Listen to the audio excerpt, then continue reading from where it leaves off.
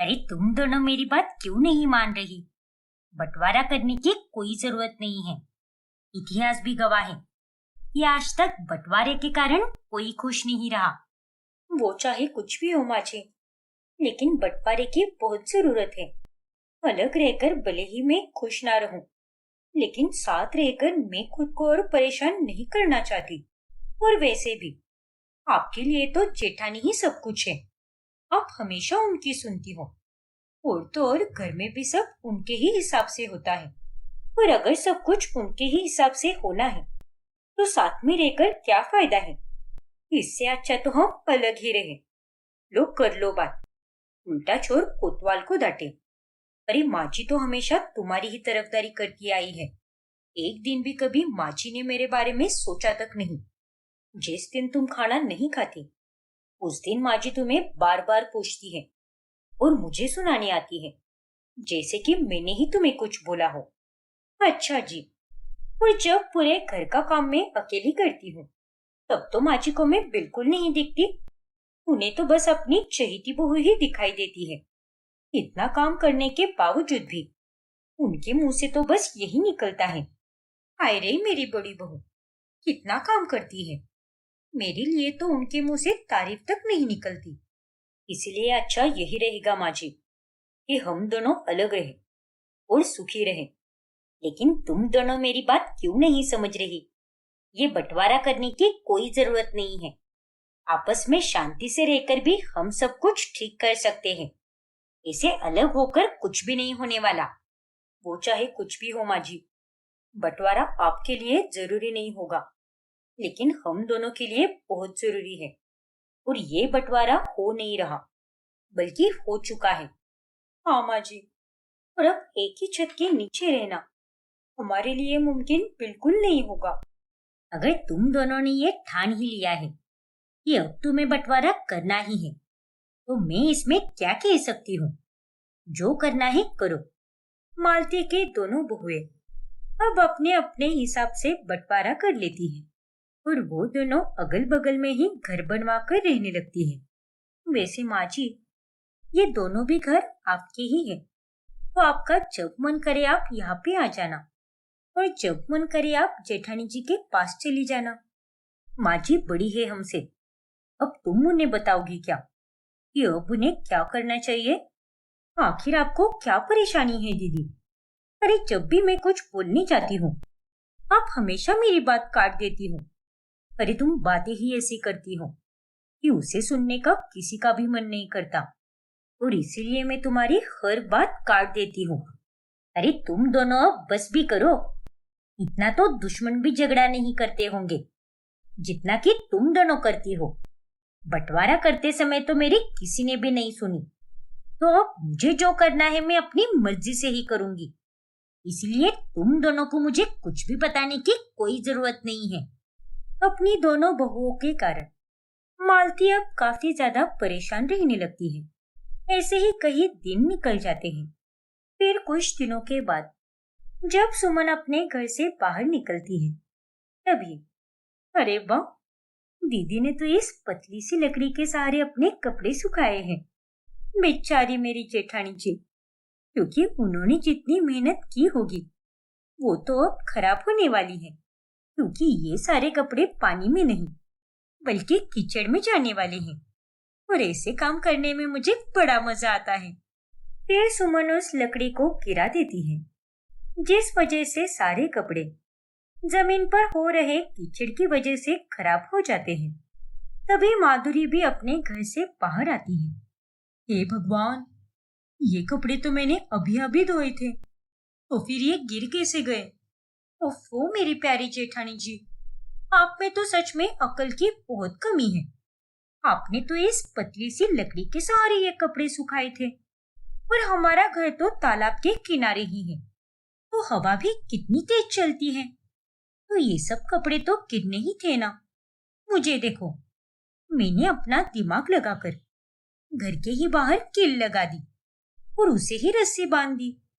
हाँ सच में सुमन, तुम्हारे पास तो कुछ ज्यादा ही दिमाग है, और तुम्हारी इस हंसी से साफ पता चल रहा है कि ये सारा कारनामा तुम्हारा ही है।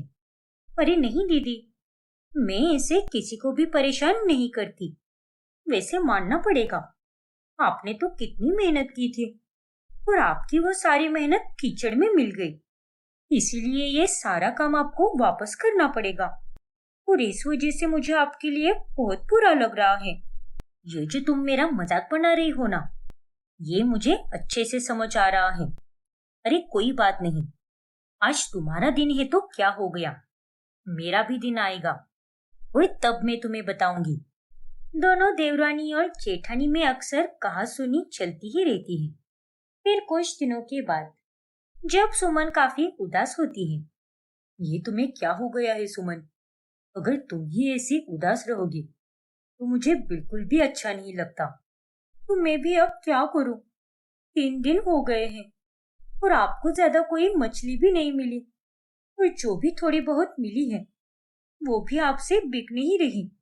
और अगर ऐसा ही चलता रहा तो हमारा क्या होगा? अरे बहू, मुश्किलें तो आती ही रहती है ना। अरे जिंदगी का तो हिस्सा ही होती है मुश्किलें। और अब तो अगर ऐसे डर जाएगी और हार मान लेगी तो मुश्किलों से कभी लड़ नहीं पाएगी। लेकिन माँ जी, अगर कहीं कोई उम्मीद की किरण दिखाई ही नहीं दे रही तो मैं किससे लड़ाई करूं? मुझे तो कुछ समझ ही नहीं आ रहा। तभी वहां पर माधुरी आती है। अरे माँ जी, आप यहाँ इनके साथ क्या कर रही हो? घर चलो, हमारे घर पर बहुत अच्छे अच्छे पकवान बने हैं। वो क्या है ना, इनका काम तो बहुत अच्छा चल रहा है। मछलियां भी मिल रही हैं और उनसे कमाई भी बहुत अच्छी हो रही है। अरे अगर इतनी ही अच्छी कमाई हो रही है तो यहाँ पर हमें बताने क्यों आई हो तुम? हमने तो तुम्हें बुलाया भी नहीं। तुम तो चुप ही बैठो। मैं यहाँ पर माँ जी के लिए आई हूँ। अब वो बेचारी तुम्हारे भरोसे भूखी थोड़ी ना रह सकती है। वैसे दीदी, आप तो पैसों का कितना रोप जमा रही हो, लेकिन आपने अपनी घर की छत देखी है क्या? टूट रही है वो, और अब तक आपने उसे ठीक भी नहीं करवाया। अरे भले ही हमारे पास खाना ना हो, लेकिन हमारी छत तो एकदम सही सलामत है। अरे वो दिन भी दूर नहीं जब तुम दोनों एक दूसरे से लड़ झगड़ कर मर जाओगी। लेकिन ये नहीं कि जहाँ पर एक कम पड़ रहा हो वहां पर दूसरा उसकी कमी पूरी कर दे। अब ये सब छोड़िए ना माँ जी, आप मेरे साथ चलो और कुछ खाना खा लो, क्योंकि यहाँ पर तो आपको पानी के सिवा और कुछ भी नसीब नहीं होने वाला।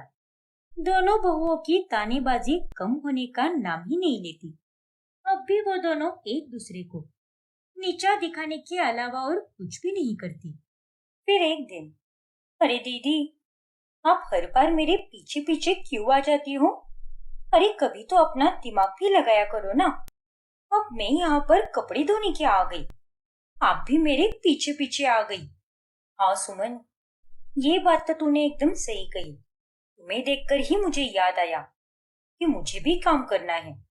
वो क्या है ना, जब से बंटवारा हुआ है तब से मुझे कोई ज्यादा काम ही नहीं करना पड़ता और मैं तो बस हर वक्त आराम ही करती रहती हूँ। हाँ दीदी, बंटवारे के बाद से तो अब मैं भी बहुत खुश हूँ। काम तो कुछ भी नहीं होता, सिर्फ अपना और अपने पति का ही काम होता है और कभी कभार बस माँ जी का भी होता है। और एक और बात अच्छी हो गई, कम से कम मेरे सर पर खड़ी रहने वाली मेरी जेठानी से मेरा पीछा छूट गया। अब मुझसे ज्यादा खुश कोई हो सकता है क्या? अरे कितनी बातें बना रही हो तुम। अच्छा ही हुआ जो हमारा बंटवारा हो गया। अरे बातें तो आप भी कोई कम नहीं करती। अब जरा अपने काम पर ध्यान दो। बड़ी आई मुझे बताने वाली। अब दोनों देवरानी और जेठानी दोनों अपने अपने कपड़े धोने लगती हैं, लेकिन दोनों काफी जोर जोर से कपड़ों को घिसकर एक दूसरे के ऊपर पानी भी फेंकने लगती हैं। अरे दीदी, आप क्या पागल हो गई हो क्या? आपने तो मुझे पूरा भिगो दिया। अरे तुम खुद को समझती क्या हो? तुम भी कोई दूध की धुली नहीं हो। तुम भी मेरे ऊपर पानी उड़ा रही थी। आराम से नहीं कर सकती क्या? मुझे देखो, मैं भी तुम्हारी तरह पूरी तरह से भीग गई हूँ। नहीं दीदी, अभी तक तो आप पूरी तरह से भीगी भी नहीं हो। लेकिन अब बताती हूँ मैं आपको कि असली भीगना क्या होता है। अब वो दोनों काफी जोर जोर से कपड़े धोने लगती हैं। तभी वहां पर उनकी सास आ जाती है। लो, तुम दोनों का दूसरा कोई क्या ही बिगाड़ सकता है। अरे तुम दोनों तो खुद ही अपना बिगाड़ने पर तुली हो। एक दूसरे को परेशान करने चली थी ना। अब देखो, दोनों भी पूरी तरह भीग चुकी हो। और तो और तुमने तो इन कपड़ों की भी जान निकाल दी। मैंने कुछ भी नहीं किया है माँ जी। ये सब तो दीदी की वजह से ही हुआ है। वही मुझे परेशान कर रही थी। अरे तुम तो ऐसा बोल रही हो जैसे कि तुमने कुछ किया ही नहीं है। भूलो मत, इन सब की शुरुआत तुमने ही की है। अरे तुम दोनों को हमेशा यही शिकायत रहती है ना कि मैं हमेशा किसी एक की ही तरफदारी करती हूँ। तो ठीक है, अब तो मैं तुम दोनों के लिए भी कपड़े लेकर आती हूँ। फिर उसके बाद एक दूसरे के ऊपर पानी उड़ाना और वो कपड़े भी फाड़ देना। देखिए माँ जी, मैं मजाक के मूड में बिल्कुल नहीं हूँ। वैसे ही सुमन की वजह से मेरा दिमाग खराब हो गया है। और तो और मुझे कई सारे काम हैं, इसीलिए मैं वो करने जा रही हूँ। अरे तुम दोनों तो बस एक दूसरों को ही नीचा दिखाओ और खुद का ही नुकसान करती रहो। मालती के इतने समझाने के बावजूद भी दोनों बहुएं अब भी उसकी कोई बात नहीं सुनती। ऐसे ही दिन निकलने लगते हैं। फिर एक शाम के समय सुमन अपने घर के बाहर आती है तो वो देखकर हैरान रह जाती है। अरे ये क्या, आप लोग तो कुर्सी लगाकर आराम से यहाँ पर बैठे हो। और नहीं तो क्या। वैसे तो मुझे तुम्हें ये साबित करने की कोई जरूरत नहीं है, पर देख लो, अब मैंने अपना दिमाग लगाकर घर के ही बाहर कितना अच्छा किया है। आजा बहू, तू भी हमारे साथ बैठ। आप ये क्या बोल रही हो माँ जी?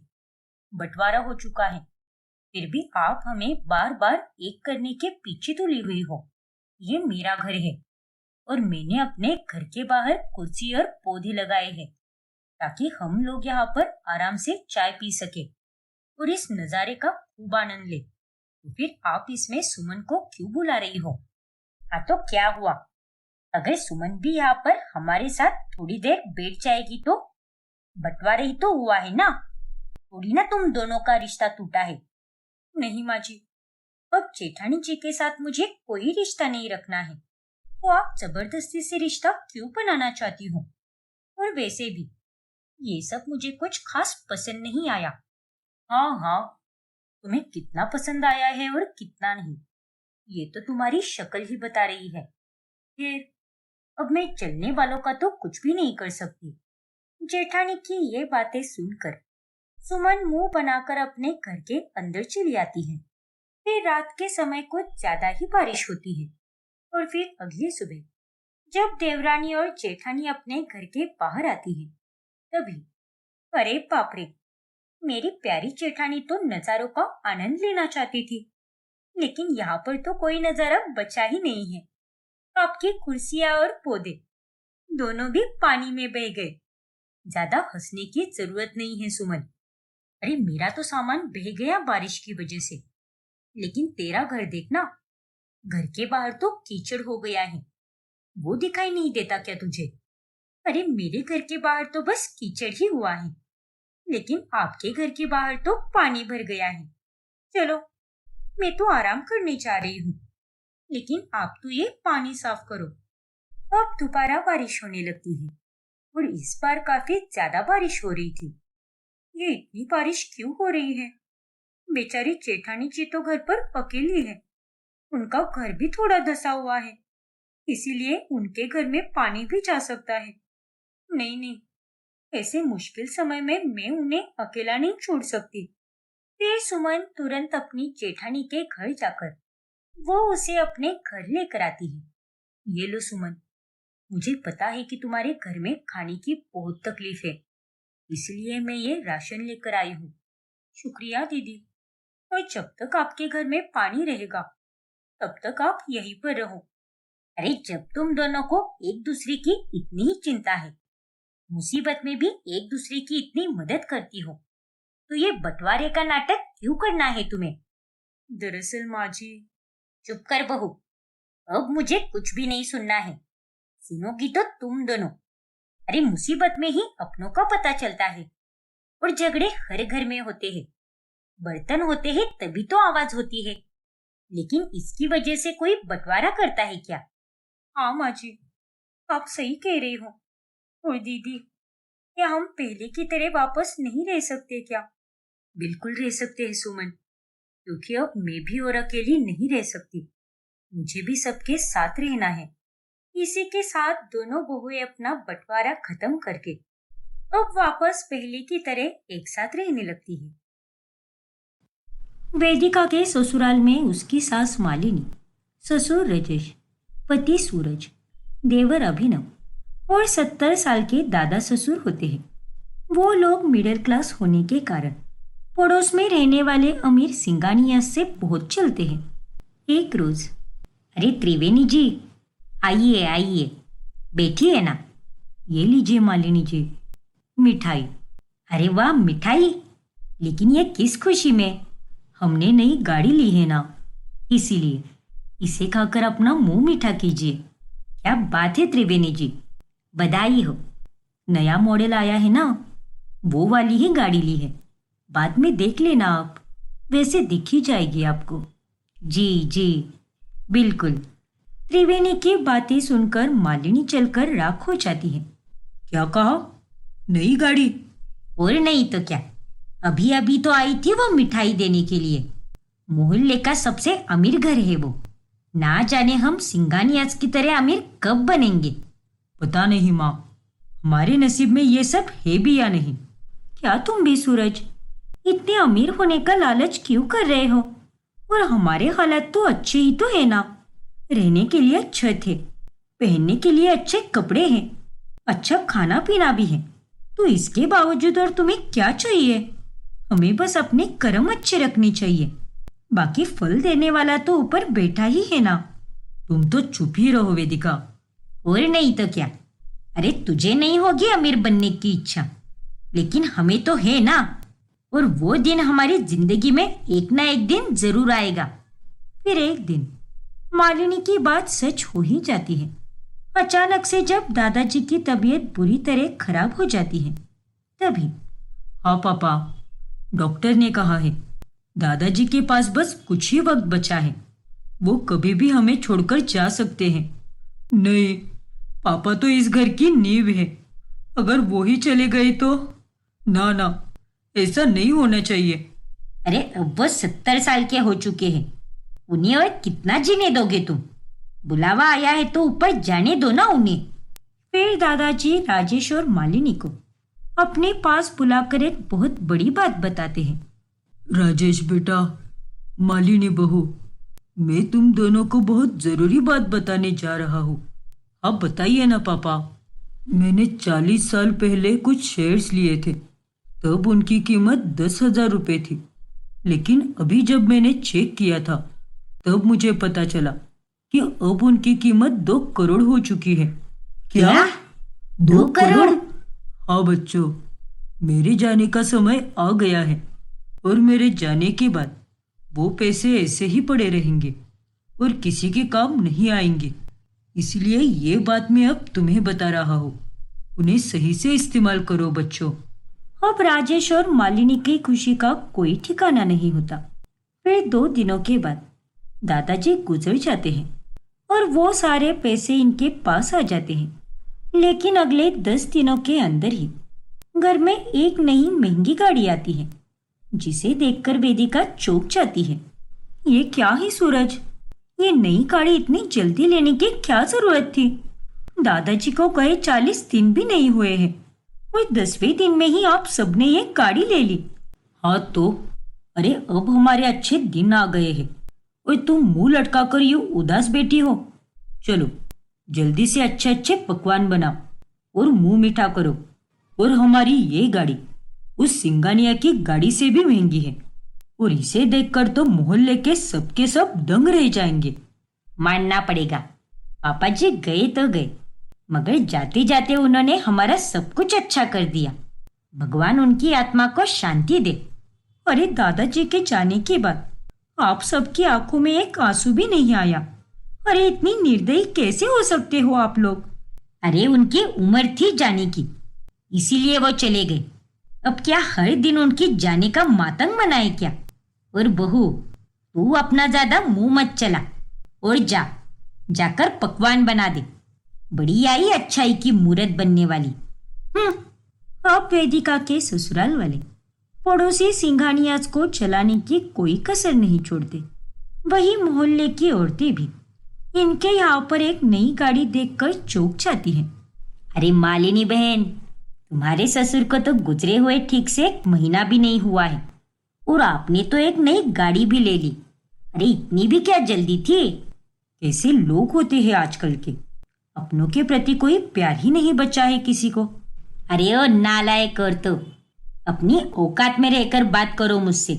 अब मेरे ससुर चले गए तो चले गए, अब मैं यमराज से लड़कर वापस लाऊं क्या उनको? और हमने गाड़ी ली है, इसमें खुशी जताने की जगह ताने देने की कोई जरूरत नहीं है। खुद तो इतनी महंगी गाड़ी नहीं ले सकती, इसलिए दूसरों पर मत जलो।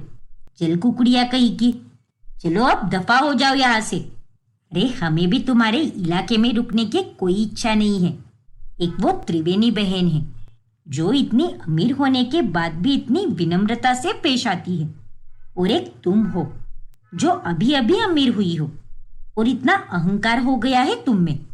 और अगर ऐसा ही स्वभाव रहा ना तो इनमें से आपके पास कुछ भी नहीं बचेगा, याद रखना मेरी बात। अरे जाओ जाओ और किसी और को ज्ञान दो, मुझे इसकी कोई जरूरत नहीं है। मालिनी की बातें सुनकर वो औरतें वहां से चली जाती हैं। अब दिन ब दिन घर में सबके हाव भाव बदलते जाते हैं। हर कोई महंगे कपड़े पहनता है और महंगे फोन भी लेता है। अरे बहू, ये क्या कपड़े पहने हैं तूने? हम अब अमीर हो चुके हैं, तो ये सस्ते कपड़े पहनना बंद कर दे और महंगे और ब्रांडेड कपड़े पहन ले, उनसे ही शोभा बढ़ेगी। वो त्रिवेणी और उसकी बहू नीलम देख, दोनों कितना बन ठन कर रहती है, और तू देख सारी इज्जत गंवाने के पीछे तुली हुई है।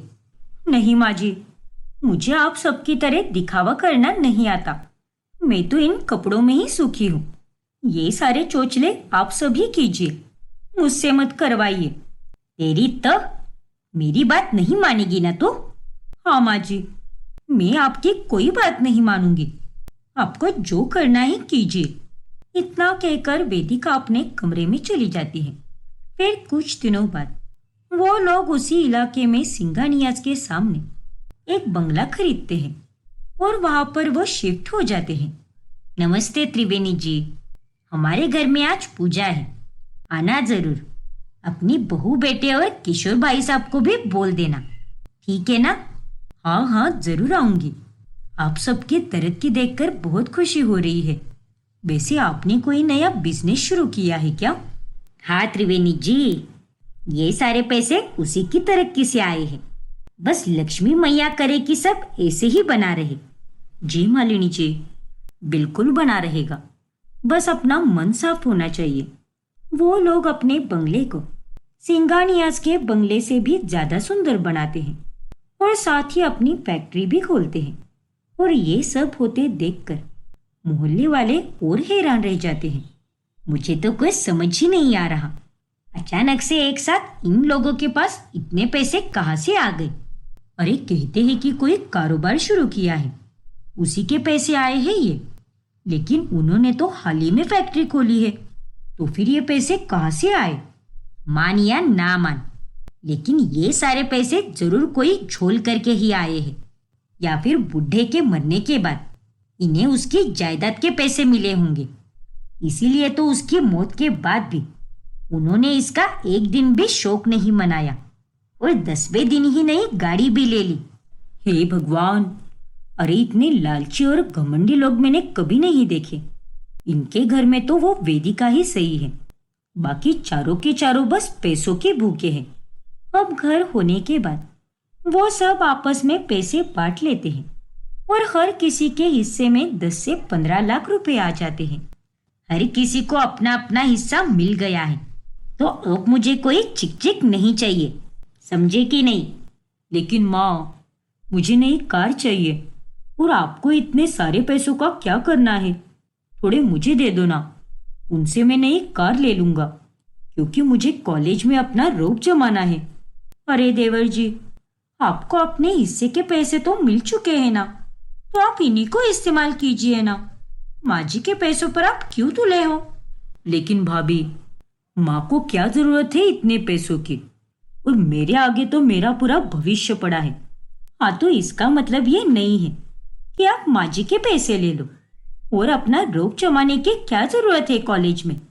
वहां पर जाकर आप अपनी पढ़ाई कीजिए और पढ़ लिख कर जीवन में कोई अच्छा मुकाम हासिल कीजिए, जिसके बाद आप जो चाहे वो कर सकोगे। और अगर अभी आपको गाड़ी खरीदनी ही है तो आप आपके हिस्सों का पैसों का इस्तेमाल कीजिए, ना कि माँ जी के हिस्सों का। पहली बार वेदिका कुछ सही कह रही है। अरे मैं तेरी माँ हूँ, तो तू मुझे इमोशनल ब्लैकमेल नहीं कर सकता। जा, दफा हो जा यहाँ से। हे भगवान, पता नहीं क्या होगा इन सब का। इस घर में तो सबके अंदर लालच कूट कूट कर भरा हुआ है। घर में हर कोई बस दिखावा करने में ही व्यस्त होता है, जिसके चलते फैक्ट्री पर किसी का ध्यान ही नहीं होता। पापा जी, सूरज, 2 महीने हो चुके हैं फैक्ट्री को शुरू किए हुए, लेकिन आप लोग तो बस पार्टी ही मनाते हैं। इसको चलाना, उसको चलाना, ये खरीदना, यहाँ घूमना या वहाँ घूमना, इसी में उलझे हुए हो। और फैक्ट्री पर तो किसी का ध्यान भी नहीं है। और अगर ऐसे ही रहा तो हमारा काफी नुकसान हो जाएगा। आप लोग जानते हो ना, फैक्ट्री पर आप लोगों ने कितनी बड़ी रकम लगाई है। अरे वेदिका, हम सब संभाल लेंगे ना, तुम इसकी फिक्र मत करो। और वैसे भी फैक्ट्री 2 महीनों में ही ढेर सारा मुनाफा नहीं देने वाली, उसे वक्त लगेगा। इसीलिए ज्यादा होशियार मत बनो, हमें सब पता है। इसीलिए तुम्हें हमें सिखाने की कोई जरूरत नहीं है। मैं होशियार नहीं बन रही हूँ पापा जी, बस आपको बता रही हूँ। आप लोगों को मैं जो भी सही होता है वही बोलती हूँ, लेकिन आप लोग तो उसका हर बार गलत ही मतलब निकालते हो। हाँ, तो तू कुछ बोला ही मत करना। बहुएं इतना नहीं बोलती, इसलिए चुपचाप अपने मुंह पर ताला लगा कर रखा कर। बेवकूफ कहीं की। चल अब जा और जल्दी से चाय बना कर ला, हम सब थके हुए हैं। क्यों, नौकर भी रख लीजिए ना, अभी भी सारे काम मुझसे ही करवाने हैं क्या? तू इस घर की बहू है, इसीलिए सारे काम तुझे ही करने पड़ेंगे। और हम कोई नौकर चाकर नहीं रखने वाले। अगर घर में कोई मेहमान आएगा तो उस समय 1 दिन के लिए नौकर चाकर रख लेंगे, ताकि सबको ये लगे कि हमारे घर पर काफी नौकर हैं। वही करते रहो आप सब, दिखावा। और कुछ आता है क्या आपको? अरे पैसों का इस्तेमाल सही तरीके से करना चाहिए। अब हमारे पास इतने पैसे आए हैं तो उन्हें डबल करना चाहिए, दिखावा ना करके। अपने मन की सारी इच्छाओं को पूरी करना चाहिए। लेकिन आप सबको ये सारी बातें कहाँ समझ आएगी? छोड़िए, आप लोगों को तो कुछ कहना भी बेकार है। इतना कहकर वेदिका अपने कामों में लग जाती है। उसकी कही बातों का किसी पर कोई असर नहीं होता और त्योहार आने पर वो लोग सिंघानियास के पास जाकर उन्हें महंगे तोहफे देते हैं। अरे राजेश भाई, इतना महंगा तोहफा देने की क्या जरूरत थी? क्या अब भी? अरे सिंघानिया साहब, क्या अब भी? हम अब पहले जैसे कहाँ रहे हैं, और ये तोहफे तो हमारे लिए बहुत मामूली है। अरे वाह, क्या बात है। फिर राजेश मोहल्ले में नया मंदिर बनाने के लिए सबके मुकाबले सबसे ज्यादा चंदा देता है। अब देखना, हर किसी की जुबान पर बस मेरा ही नाम होगा। एक वक्त था जब सभी लोग सिंघानियाज का नाम लेते थे, लेकिन मैंने अब मंदिर बनाने के लिए उन लोगों को ढेर सारा पैसा दिया है, और अब तक तो सबको पता चल ही गया होगा। ये आपने बहुत ही अच्छा किया। अब तो हर कोई मेरे सामने झुककर ही बात करेगा। अरे मुझे तो अब ऐसा लगता है कि मैं अपने किसी सपने में जी रही हूँ। सच में बहुत मजा आ रहा है। समय गुजरता जाता है और एक दिन फैक्ट्री को काफी नुकसान होने के कारण राजेश और सूरज को सारी भरपाई करनी पड़ती है और उन्हें अपना बंगला बेचने की नौबत आ जाती है। ये सब क्या हो गया सूरज? अरे हमारी इज्जत की तो अब धज्जियां उड़ जाएगी। लेकिन अब हम इसमें कुछ भी नहीं कर सकते पापा, हमें ये बंगला बेचना ही पड़ेगा। तभी जाकर हमारे सारे नुकसान की भरपाई हो पाएगी। और ये सब आपके दिखावे के कारण ही हुआ है। आप लोगों ने पैसों का गलत तरीके से इस्तेमाल किया है। अरे मैंने आप सबको 1000 बार कहा कि लक्ष्मी को सही तरीके से रखिए, अपने काम पर ध्यान दीजिए, पैसों को डबल करने के बारे में सोचिए। लेकिन नहीं, आप सबने सारे पैसे उड़ा दिए और बस लोगों को जलाने के चक्कर में अब आप लोग जलकर रह गए हो। अगर वो सब छोड़कर शिद्दत से फैक्ट्री को संभालते तो आज ये नौबत आती ही नहीं। लेकिन आप सबको तो सिंगानियाज की बराबरी करनी थी। अरे वो लोग तो आज भी वैसे ही हैं, लेकिन आप लोग बर्बाद हो गए हो। तुम सही कह रही हो बहू, सारी गलती हमारी ही है। हमें कुछ ज्यादा ही घमंड आ गया था। पैसों के चक्कर में हम इतने अंधे हो गए थे कि हमें कुछ नजर ही नहीं आया। माफ कर दो वेदिका, हम सबको तुम्हारी बात माननी चाहिए थी। सबको अपनी गलती का एहसास हो जाता है। आप सबको माफी मांगने की कोई जरूरत नहीं है। किसी ने पैसे नहीं बचाए, लेकिन मैंने बचाए हैं। मैंने उन्हें एक जगह पर इन्वेस्ट किए थे जिसके रिटर्न मुझे आ चुके हैं, वो भी अच्छे खासे। और अब उनको इस्तेमाल करके ही हम इस बंगले को बचा सकते हैं। नहीं बहू, हम तेरे पैसे नहीं ले सकते, उस पर सिर्फ तेरा ही हक है। हमने पहले ही बहुत गलतियां की हैं और अब और नहीं करना चाहते। अरे नहीं माँ जी, मैं जानती हूँ कि आप सबको वाकई में पछतावा हो रहा है, इसलिए मैं ये पैसे आपको दे रही हूँ। और आपको ये सब कहने की कोई जरूरत नहीं है। बस आगे से पैसों को सही से इस्तेमाल कीजिए। वेदिका के कारण वो बंगला बच जाता है और उस दिन के बाद से घर के सभी लोग दिखावा और बराबरी करना बंद करके अपने स्वभाव में बदलाव लाते हैं और अपना जीवन खुशी से गुजारते हैं। जन्नत और फरहान एक दूसरे को इंस्टाग्राम पर रिक्वेस्ट भेजते हैं और उन दोनों में बातचीत शुरू हो जाती है। फिर कुछ ही दिनों में उन दोनों में काफी अच्छी दोस्ती भी हो जाती है। हाय फरहान, क्या बात है? रात के वक्त तो सब सोने जाते हैं, लेकिन तुम तो यहाँ पर तैयार होकर बैठे हो। अब तुम्हारा वीडियो कॉल जो आने वाला था, तो मुझे तो अच्छे से तैयार होकर बैठना ही पड़ेगा ना। वो तो है। वैसे काफी हैंडसम लग रहे हो। शुक्रिया जन्नत, वैसे तुम भी इस नाइट सूट में बहुत प्यारी लग रही हो। शुक्रिया फरहान। खाना खा लिया तुमने? हाँ फरहान, और तुमने? हाँ बाबा, बस थोड़ी देर पहले ही खाया है। बहुत खूब। तो आज खाने में स्पेशल क्या बनाया था? आज तो मैंने पालक पनीर और मटर पुलाव खाया। क्या बात है। वैसे मुझे भी वेजिटेरियन लोग ही पसंद है, क्योंकि मैं भी वेजिटेरियन हूँ। अरे वाह, ये तो बड़ी अच्छी बात है। और शाकाहारी खाने की बात ही कुछ और होती है। मुझे तो नॉनवेज खाना और उसे खाने वाले लोग बिल्कुल भी नहीं पसंद। हाँ फरहान, लेकिन पता नहीं क्यों लोग मासूम जानवरों को मारकर उन्हें क्यों खाते हैं। वो दोनों एक महीने तक ऐसे ही इंस्टाग्राम पर एक दूसरे से चैटिंग करते हैं और फिर एक दूसरे से मिलने का प्लान बनाते हैं। हेलो फरहान। हेलो जन्नत, प्लीज बैठो ना। फिर वो दोनों ऑर्डर दे देते हैं और उन दोनों में बातचीत शुरू हो जाती है। वैसे तुम जैसे डीपी में दिखती हो, हकीकत में भी बिल्कुल वैसी दिखती हो, एकदम सुंदर। थैंक यू फरहान, तुम्हारी बातें और तुम भी बिल्कुल वैसे ही हो जैसे ऑनलाइन रहते हो। क्या बात है। शुक्रिया जन्नत। वैसे फरहान, हम दोनों अब एक दूसरे को कितने अच्छे से जानते हैं, तो मुझे लगता है कि हमें इस रिश्ते को आगे बढ़ाना चाहिए। क्या तुम मुझसे शादी करोगे? क्या? यह सुनकर तो फरहान की खुशी का कोई ठिकाना ही नहीं रहता। हाँ जन्नत, बिल्कुल करूंगा। तुमने तो मेरे मुंह की बात छीन ली। मैं भी तुमसे शादी करने के लिए तैयार हूँ। अरे वाह, लेकिन बस एक बात है, हमें अपने घर वालों को यह बताना होगा कि हम स्कूल के रीयूनियन में मिले थे और तभी हमारी दोस्ती बढ़ी। क्योंकि अगर हमने घर पर यह बताया कि हम इंस्टाग्राम वाले दोस्त थे, तो घर वाले हमारी शादी के लिए कभी राजी नहीं होंगे। वैसे मेरे पापा नहीं है फरहान, लेकिन मेरी माँ राजी तो हो जाएगी।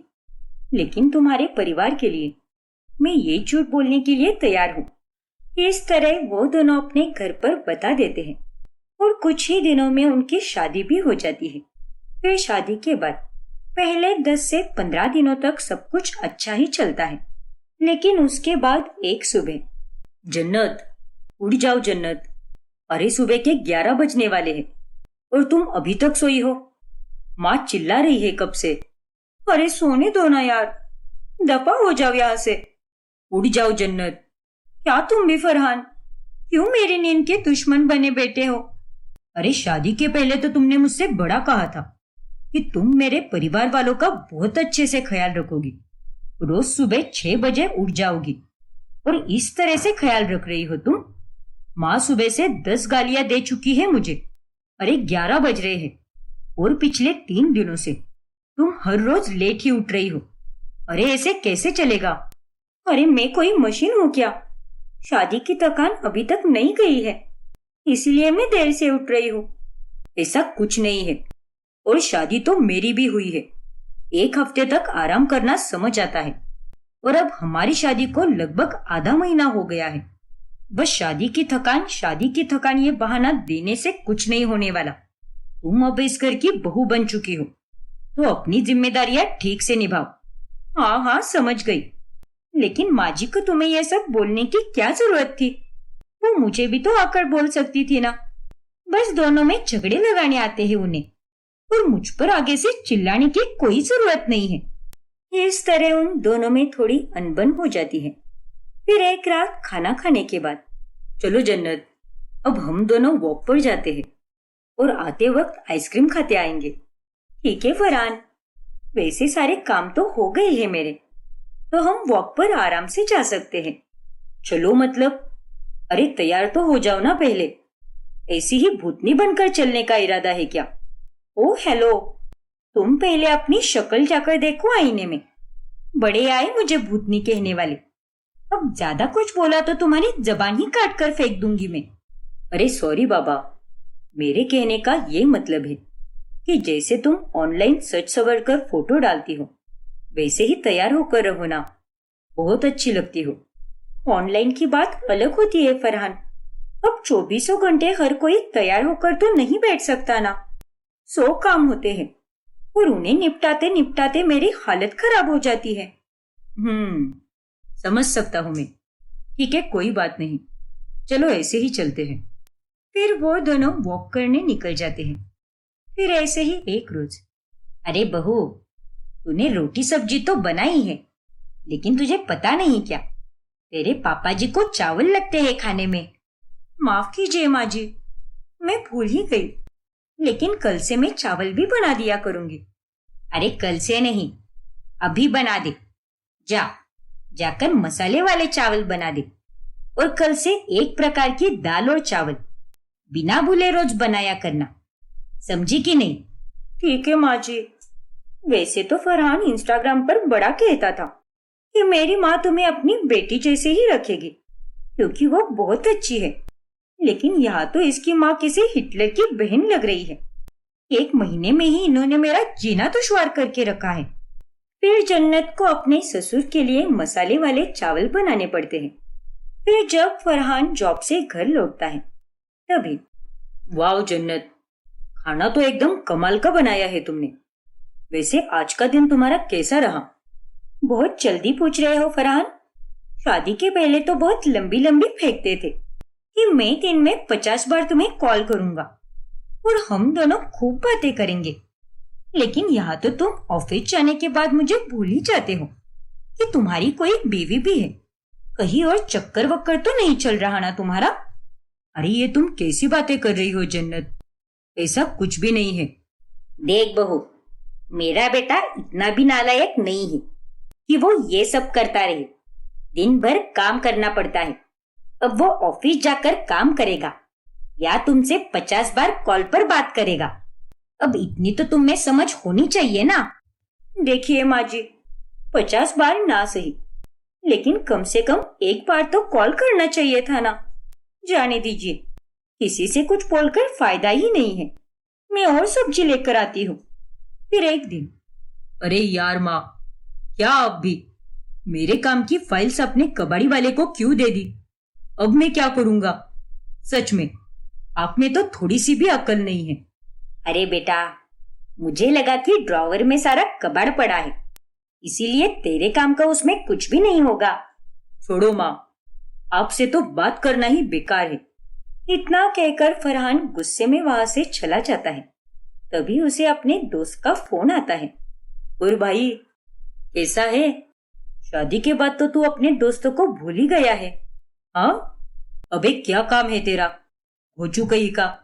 चल फोन रख, मैं तेरे जैसा बिल्ला नहीं बेटा हूँ, घनचक्कर कहीं का। फरहान का ये बर्ताव देखकर जन्नत को बहुत गुस्सा आता है। अरे जब से हमारी शादी हुई है तब से मुझे ऐसे क्यों लग रहा है कि मेरी शादी फरहान से नहीं बल्कि किसी अनजान लड़के से हुई है। क्या? अब तुम ये सब क्या बोल रही हो? क्योंकि जिस फरहान को मैं जानती हूँ और जिस फरहान से मैंने प्यार किया वो तो कोई और ही था। लेकिन अब समझ आ रहा है मुझे कि तुमने मुझे खुश करने के लिए शुरुआत में सब झूठ बोला। अरे पहले तो तुम कितनी अच्छी बातें करते थे और मुझे लगा कि तुम एक संस्कारी और गुणी लड़के हो, लेकिन ना तो तुम अपने दोस्तों से ठीक से बात करते हो और ना ही अपनी माँ से। अरे ऐसा कुछ भी नहीं है जन्नत, अब मेरी फाइल नहीं मिल रही, तो ऐसे में मैं गुस्सा करूंगा नहीं तो क्या करूंगा? और गुस्से में तो आदमी कुछ भी बोल देता है ना। और जरूरी थोड़ी ना है कि एक इंसान 24 घंटे वैसे ही बातें करे। चुप रहो तुम। जब से मैं यहाँ पर आई हूँ तब से देख रही हूँ, हर गुजरते दिनों के साथ तुम मेरा दिल दुखाते जा रहे हो। अगर तुम्हारा दिल दुखता है तो दुखे, लेकिन मुझे मेरी फाइल ढूंढनी है। मेरे पास इतना फालतू का समय बिल्कुल नहीं है जो मैं तुम्हारे साथ बहस करने में वक्त बर्बाद करूं। खुद ने ही फाइल बाहर के ड्रॉवर में रखी और अब ऊपर से माजी पर चिल्ला रहे हो। देखो जन्नत, अब तुम प्लीज शांत हो जाओ। पहले ही मैं गुस्से में हूँ, इसीलिए मेरा और दिमाग गर्म मत करो। फरहान और जन्नत के झगड़े की आवाज सुनकर सास ससुर पुष्पा और सुनील वहां पर आ जाते हैं। क्या हुआ है बेटा? अरे मिल जाएगी तेरी फाइल। और बच्चों, आपस में इतना झगड़ क्यों रहे हो तुम दोनों? शादी को अभी तो बस 1 महीना ही हुआ है और अभी से तुम्हारा ये हाल है। अरे पापा, आप अपनी बहू को समझाओ। नहीं पापा, आप इसे ही समझाओ, इसने मेरी नाक में दम करके रखा है। देखो, तुम दोनों एक दूसरे को समझ कर लो और अपने गुस्से पर काबू रखो। इतना कहकर सुनील और पुष्पा वहां से चले जाते हैं। लेकिन दिन ब दिन फरहान और जन्नत के बीच झगड़े कम होने की जगह बढ़ते ही जाते हैं। ऐसे ही एक रोज, चल बहू, आज तू खाने में चिकन तंदूरी बना दे। बड़े दिन हो गए हैं, हमने नॉनवेज ही नहीं खाया। क्या? अरे आप क्या बोल रही हो माँ जी? मैं प्योर वेजिटेरियन हूँ, तो मैं ये चिकन तंदूरी नहीं बनाने वाली। मुझे तो इसकी बदबू भी नहीं पसंद। क्या? बदबू नहीं पसंद? अरे तो फिर मास्क पहनकर बना ले, लेकिन बनाना तो तुझे ही पड़ेगा। अरे माँ जी, आप लोग ये सब कैसे खा सकते हो? और फरहान ने तो मुझे कहा था कि आप लोग वेजिटेरियन हो, तो फिर अब आप ये क्या बोल रही हो? नहीं बहू, तुझे कोई गलतफहमी हुई है। हम लोगों को नॉनवेज खाना बहुत पसंद है, बल्कि मेरे फरहान को तो तंदूरी चिकन बहुत ही ज्यादा पसंद है। ये सुनकर जन्नत का माथा और ज्यादा गर्म हो जाता है। आई एम सॉरी जन्नत, ये देखो, मैंने तुम्हारे लिए ये मलाई बर्फी लाई है, तुम्हें बहुत पसंद है ना? चुप हो जाओ फरहान, मुझे तुमसे कोई बात ही नहीं करनी। अरे तुम एक नंबर के झूठे और फरेबी लड़के हो। तुमने ना जाने मुझसे कितना कुछ झूठ बोला है। तुम नॉनवेज बड़े चाव से खाते हो और मुझे तो इंस्टाग्राम पर ये बोला करते थे कि तुम एकदम शाकाहारी हो। अरे यार जन्नत, ऐसा नहीं है, वो मैंने 2 हफ्ते पहले ही खाना शुरू कर दिया है। बकवास बंद करो फरहान, अब तो मुझे तुम्हारी शक्ल भी देखने की कोई इच्छा नहीं है। फिर एक दिन जब फरहान छुट्टी पर होता है, तभी वो देखता है कि जन्नत सारे काम छोड़कर घंटों बस अपने फोन पर ही गप्पे मार रही है। और तभी, अब बताओ जन्नत, तुम क्या कर रही हो? अरे तुमने भी मुझसे कितना कुछ कहा था जो मुझे सच लगा था, लेकिन शादी के बाद मुझे समझ आ रहा है कि वो सब झूठ है। तुम तो हर रोज देर से उठती हो, दिन रात अपने सहेलियों के साथ बतियाती रहती हो, माँ और पापा का तो ध्यान भी नहीं रखती। और भी कई सारी चीजें हैं जो मुझे पहले कुछ और लगती थी, लेकिन अभी कुछ और लग रही है। लड़ाई करने के बहाने मत ढूंढो फरहान, तुमसे शादी ही नहीं करनी चाहिए थी मुझे। अरे पता नहीं क्या हो गया था मुझे, जो मैंने तुमसे ऑनलाइन दोस्ती की और तुम्हारे बारे में ज्यादा ना जानकर डायरेक्टली तुमसे शादी करने का फैसला ले लिया। उनकी ये सारी बातें सुनील और पुष्पा सुन लेते हैं। क्या कहा? तुम दोनों एक दूसरे से ऑनलाइन मिले थे? बाप रे, तुम दोनों ने हमसे इतनी बड़ी बात छुपाई। तभी जन्नत और फरहान अपने माता पिता को सारा सच बता देते हैं। यह है सारा सच, और अब मैं इसके साथ और नहीं रह सकती, और मैं भी इसके साथ नहीं रह सकता।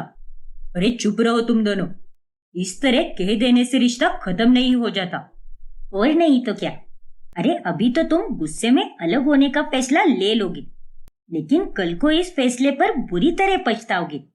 देखो बच्चों, तुम दोनों एक दूसरे को ऑनलाइन मिले हो, इसीलिए ये सब हो रहा है ऐसे तुम्हें लग रहा है, लेकिन ऐसा बिल्कुल नहीं है। हर पति पत्नी के साथ ऐसा ही होता है। शादी के शुरुआती दौर में सब ठीक होता है, लेकिन धीरे धीरे चलकर उन दोनों को एक दूसरे के बारे में पता चलने लगता है। हाँ बच्चों, उम्मीदें रखना बुरी बात नहीं है, लेकिन इतनी ज्यादा उम्मीदें रखना भी सही नहीं है। और प्यार का मतलब यही होता है कि तुम दोनों एक दूसरे को समझ कर लो, एक दूसरे की अच्छाई और बुराई को अपनाओ, और अगर कुछ गलत है तो उसे आपस में सुलह करके सुधारो, ना कि ऐसे बच्चों की तरह झगड़ा करो। और सुधरने के लिए भी एक दूसरे को वक्त दो। रातों रात कोई आदमी नहीं सुधर सकता। और फरहान, तू भी उन सब बातों पर ध्यान दे जो बहू को बिल्कुल नहीं पसंद। और बहू, ये बात तेरे ऊपर भी लागू होती है। आप दोनों सही कह रहे हो माँ पापा, हम दोनों को अपना दिमाग शांत रखकर एक दूसरे के साथ सुलह करनी चाहिए। हाँ, मैं भी बहुत कुछ बोल बैठी। मैंने तो बस फरहान की बुराइयां देखी, लेकिन अच्छाइयों पर तो मैंने ध्यान भी नहीं दिया। मुझे माफ कर दीजिए आप सब, और तुम भी फरहान। माफी तो मुझे भी तुमसे मांगनी चाहिए जन्नत, और माँ पापा मुझे भी माफ कर दो। इस तरह अंत में जन्नत और फरहान एक दूसरे को समझकर लेने का फैसला लेते हैं, और अपनी गलतियों को सुधार कर वो एक दूसरे के साथ प्यार से रहने लगते हैं।